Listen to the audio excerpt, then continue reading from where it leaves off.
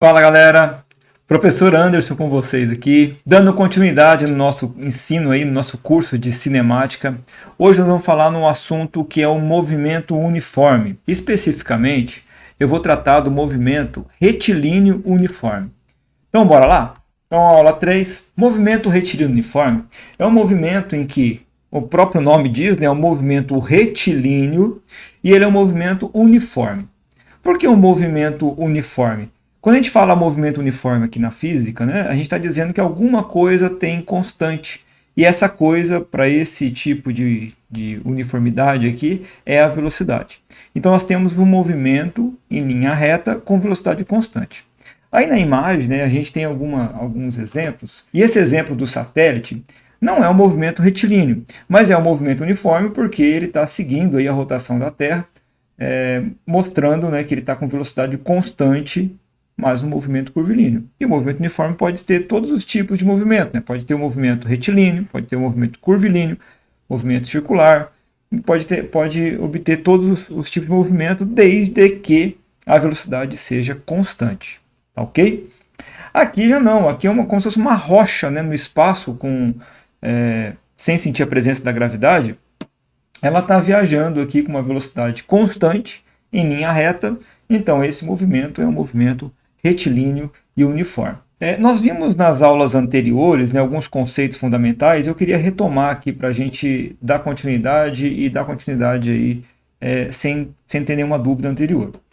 A primeira aqui é o ponto material, né? Quando as dimensões do objeto for muito pequeno comparado, né, com o movimento a qual ele está fazendo, a gente considera ele como um ponto material. Outro conceito que eu gostaria de retomar aqui com vocês é deslocamento escalar ou variação de espaço, né, o ΔS, que é a diferença da posição. Então, a diferença da posição final e a posição inicial. E além disso, a gente terminou a aula passada falando sobre velocidade escalar média. E é importante a gente guardar isso porque a gente vai continuar usando ela aqui e também no movimento uniformemente variado, tá? Então, a velocidade escalar média nada mais é do que a variação do espaço pela variação do tempo. Agora sim, entrando em movimento retilíneo uniforme, basta a gente pensar um pouquinho aí para entender ele.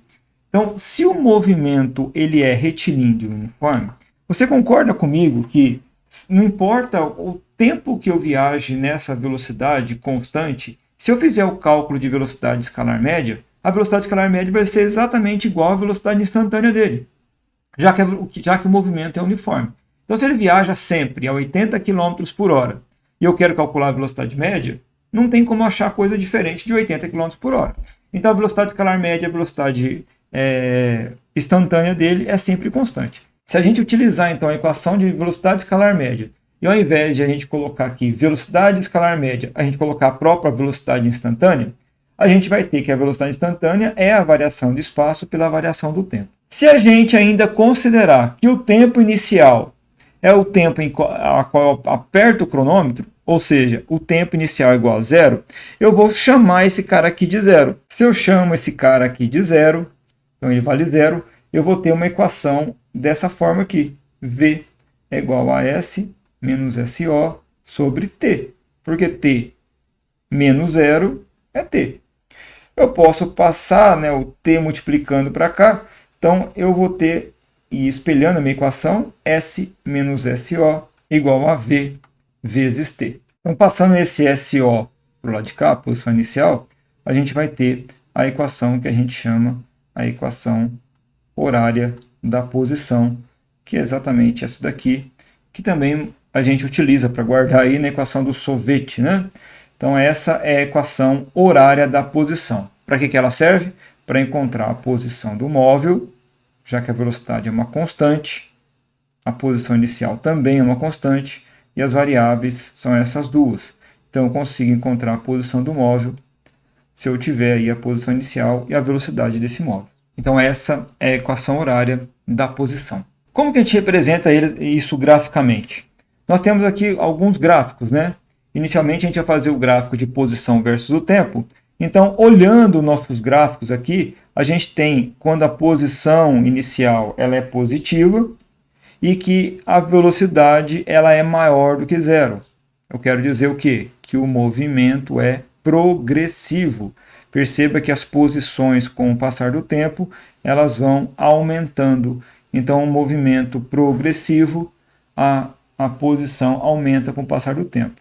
E por que é essa linha reta, né? Se a gente lembrar da equação horária da posição, a equação do Solveig, onde eu tenho duas variáveis, o S e o T, e duas constantes. E como é a equação de primeiro grau, a gente vai ter uma função afim, então esse gráfico vai me dar uma reta mesmo, né? A gente tem a posição inicial também na origem, né? Também com velocidade positiva, movimento progressivo, como está aqui em cima, e a gente tem a posição inicial podendo aí ser negativa, e aí o movimento também progressivo, porém aí ele começa com posição negativa e vai aumentando as suas posições, movimento progressivo. Tá? Então, sempre que um movimento, essa linha, né, esse gráfico aqui é um gráfico crescente, a gente tem um movimento progressivo. Então, todos eles, pode reparar que a velocidade ela é maior do que zero. Além disso, a gente tem também os movimentos retrógrados, onde ocorre aí essa função afim, né, ela é decrescente, uma função decrescente, e isso indica que a velocidade ela é negativa, como está aqui em cima. Velocidade negativa, movimentos são retrógrados. Então, com posição positiva diminuindo as posições com o passar do tempo, eu tenho movimento retrógrado, a velocidade vai ser menor do que zero, em todos eles a mesma coisa. Não importa se a posição ela parte do positivo ou do negativo, mas se as posições estão diminuindo com o passar do tempo, a gente vai ter aí um movimento chamado de movimento retrógrado. Ok? Olhando agora o gráfico de velocidade versus tempo, a gente vai ter, né, o principal para esse tipo de gráfico é que a área que esse gráfico me dá, ela representa aí, ela é numericamente igual ao deslocamento escalar desse cara. Então, se eu calculo a área do gráfico de velocidade versus tempo, eu estou encontrando o deslocamento escalar. Isso serve para qualquer tipo de gráfico, tá? Seja o gráfico de movimento uniforme, movimento uniformemente variado, qualquer tipo de gráfico velocidade versus tempo, a área desse gráfico no intervalo de tempo desejado nada mais é do que o meu deslocamento escalar. Olhando o exemplo aqui com velocidade positiva, esse móvel, um movimento progressivo, eu vou ter uma área aqui positiva. Logo, o meu deslocamento escalar é positivo. No movimento retrógrado, porém, eu vou ter uma área envolvida aqui onde a velocidade aqui é negativa. Se a velocidade é negativa e o movimento é retrógrado, consequentemente, o meu deslocamento escalar também será. Tá? Então, essa é a principal característica aí de gráficos de movimento uniforme para velocidade versus o tempo. Aqui um simulador, né? Vamos dar uma olhada aqui rapidinho. Olhando aí o gráfico, perceba que como é um movimento uniforme, é uma reta. Então, se esse cara estava com uma velocidade inicial aqui de 20 metros por segundo, depois o azul foi para 25, agora 30 metros por segundo, perceba que quanto maior a velocidade, maior é o coeficiente angular, maior a inclinação dessa reta. Quando ele diminui a velocidade para 2 metros por segundo, a inclinação aqui, o coeficiente angular, ele acaba sendo diminuído também, né? Então a inclinação é menor. Então a gente tem que a inclinação, quanto mais inclinado eu tenho um movimento, né, o gráfico desse movimento, maior vai ser a velocidade. Se a gente considerar aqui o gráfico de velocidade versus tempo, a gente percebe sempre que a velocidade, como ela é constante, vai ser uma linha reta aqui, paralela ao eixo X, né? Mas o que eu posso tirar aqui também de informação é que quando eu calculo a área do gráfico, desse gráfico aqui, eu vou ter o deslocamento, tá? A aceleração no movimento retilíneo uniforme, ela é nula. Então, qualquer gráfico que eu fizer de aceleração versus o tempo vai dar zero, então vai dar em cima do eixo aqui do T, né? E aqui os três gráficos juntos, né? Então, quanto maior a inclinação, maior a velocidade. Aqui as velocidades constantes e aqui a aceleração também aí envolvida, tá bom? Além disso, a gente vai ter o que a gente chama de corpos extensos, né? Os corpos extensos, também foi falado na aula anterior, ele vai mostrar para a gente, eu não posso desprezar o tamanho desse cara. Se eu não posso desprezar o tamanho desse cara, eu tenho que considerar ele. E como que eu vou considerar? Onde que ele começou a passar no ponto A? Aqui na frente da carreta. Quando que ele vai terminar? Vai quando a parte traseira da carreta passar por completo. Não é somente esse ponto. Então, eu tenho que medir o comprimento do início da carreta até o início da carreta aqui. Né? Se eu tenho um comprimento da ponte de 125 metros, mas o caminhão tem 35 metros, isso indica que o deslocamento percorrido pela carreta para atravessar a ponte por completo nada mais é que a soma do comprimento da ponte e o comprimento da carreta, que deu aí 160 metros, tá? Então é dessa forma que a gente vai trabalhar com exercícios, com problemas que contêm aí, corpos extensos. Tá joia? Vamos lá para algumas atividades, alguns exercícios para a gente fazer? Ó, a primeira atividade que a gente tem aí me dá uma tabela, né? Fala assim, a tabela registra dados do deslocamento S em função do tempo T, referentes ao movimento retilíneo uniforme de um móvel. Então, no exercício ele já me disse que o movimento é retilíneo e uniforme. Ele já me deu isso aqui, ó. Ele já falou que o movimento é retilíneo. Ele pode não falar? Pode não falar. O que eu tenho que identificar é aqui, ó. Perceba que desses dois pontos, imagine que ele não fale que ele seja uniforme. Entre esses dois pontos, quantos segundos deram? Deram 2 segundos. Em 2 segundos, houve um aumento de 6 metros. Então, se a gente tem a velocidade aqui em 2 segundos, de um deslocamento de 6 metros em 2 segundos, isso indica que é a velocidade de 3 metros por segundo. Eu já chegaria na resposta aqui, porque ele falou que o movimento é retilíneo uniforme. Mas se ele não falasse, né, daria para a gente calcular a velocidade usando o tempo todo aqui, né, dado na tabela, assim como a variação de espaço toda. Então, a velocidade escalar média para um movimento retilíneo e uniforme é igual à velocidade dele, que nada mais é que o deslocamento escalar versus o tempo. E o deslocamento escalar é a posição final menos a posição inicial, dividido pela variação do tempo, que é o tempo final, menos o tempo inicial. Resolvendo isso, a gente tem que a posição final é de 27, menos a posição inicial, que é 0, tudo isso dividido por tempo final, que é 9, menos 0. Então, nada mais é que 27 sobre 9, e 27 sobre 9 costuma dar 3 metros por segundo. Certo? Então, a resposta aí é a letra C. Certinho? O próximo exercício também é de gráfico. Lembra que o gráfico que ele me dá aqui, no caso, é um gráfico agora de velocidade versus o tempo. Então, eu tenho que tomar um pouco de cuidado, né? Não sair fazendo qualquer coisa. Tem que olhar primeiro o que ele está dando no gráfico, para depois resolver o que ele está pedindo, tá? Então, um automóvel move-se numa estrada com velocidade km por hora, conforme o gráfico V versus T da figura abaixo. Determine sua velocidade média em km por hora após 5 horas.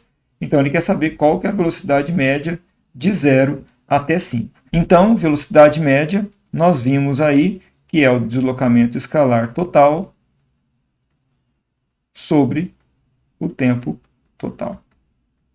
Tá? Por que eu estou colocando esse total? Até lá a gente não falava de total. Porque aqui a gente tem vários movimentos com velocidades diferentes, distintas. Então eu tenho que encontrar qual que é o deslocamento total. E como que eu vou encontrar o deslocamento total? É o deslocamento que ele fez em 30 km por hora, mais o deslocamento que ele fez em 90 km por hora, mais o deslocamento que ele fez em 60 km por hora. Tá? Então, esse deslocamento total eu vou chamar aqui de A, de B e de C. Bom? Então, vai ser o deslocamento escalar de A mais o deslocamento escalar de B mais o deslocamento escalar de C. Tudo isso aqui dividido pelo tempo total. E o tempo total são 5 horas. Aqui eu não preciso modificar muito. 5 horas. Como que eu acho o deslocamento de A? Vou escrever aqui. Lembra que eu falei que o mais importante num gráfico de velocidade versus tempo é que a área desse gráfico aqui, ela representa exatamente o meu deslocamento escalar. Então, como os três aqui estão com velocidade positiva, eu não vou ter valores negativos de deslocamento. Tá? Então, a gente pode fazer aqui que a área desse dessa figura geométrica, que seria um retângulo, né? É a área da base vezes a altura. A área da base 1 vezes a altura, que é 30. Então, ele percorreu aqui 30 km. Se não quiser calcular a área também, né? 30 km por hora. Viajou 1 hora, 30 km. Tá? A outra área que a gente tem seria a área B, que seria esse trecho aqui, ó, de 1 até 3. Então, o deslocamento escalar em B vai ser igual à área aqui da base, né? De 1 até 3 eu tenho 2 unidades, então vai ser 2 vezes a altura, que é 90. 2 vezes 90, 180 km. De novo, se você quiser fazer pelo significado da velocidade, se ele viajou 90 km por hora, então cada hora andou 90 km, foram 2 horas, já pode ir direto, 180 km. E por fim, a velocidade aqui em C, que ela é o deslocamento escalar em C, que a velocidade é de 60. E ele andou também 2 horas, de 3 para 4, 1, 4 para 5, 2 horas. Então vai ser 2 horas vezes a velocidade dele, que é de 60. Então a velocidade nada mais é que 120 km. A velocidade, desculpa.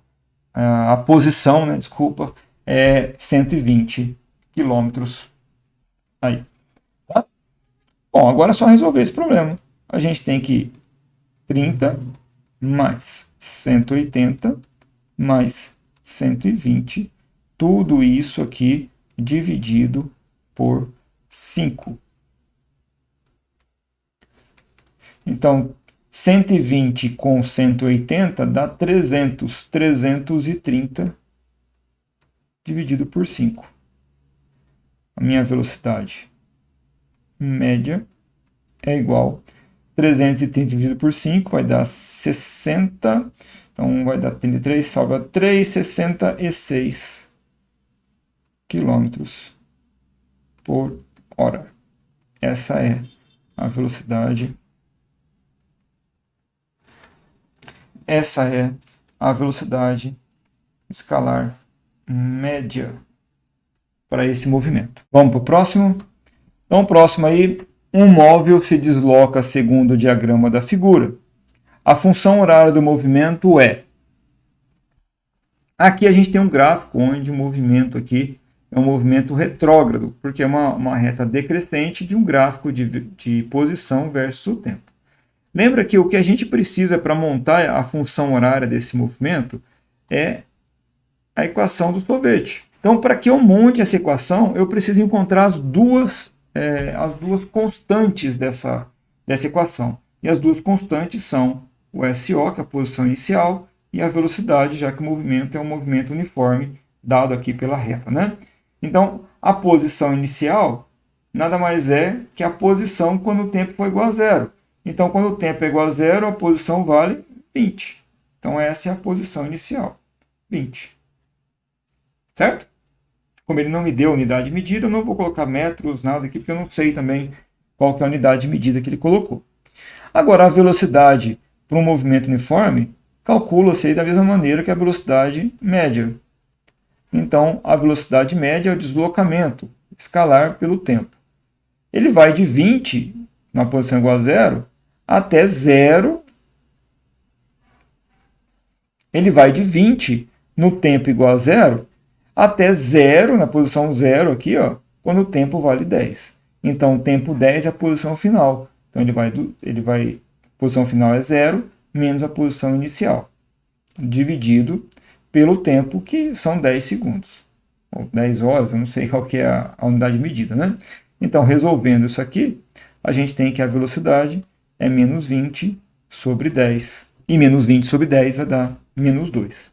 Pronto, achei as duas constantes. Agora é só substituir na minha equação. Então, S é igual a S0, que é 20, menos, então tem que vir com menos, mais com menos vai dar menos mesmo, menos 2t. Então, essa é a equação horária da posição para esse movimento. Isso só pode ser aí a resposta de letra A. Vamos lá para a próxima. Sobre uma mesma trajetória associada ao piso de uma rodovia, dois automóveis movimentam-se segundo as funções horárias S1 menos 20 menos 20t e S2 10 mais 10t, com valores escritos em termos do sistema internacional. Nessas condições, os dois veículos se encontrarão, não encontrarão. Bom, ele quer saber se vai encontrar ou não, tá? Para que a gente encontre alguma pessoa, encontre alguém, né, a gente tem que ter uma coisa em comum. E essa coisa em comum para que eu encontre alguém é a posição. Então, eu tenho que ter em mente que no encontro as posições são iguais, né? Então, eu posso afirmar que o S1 e o S2 têm que ser iguais. Mas quanto que vale S1?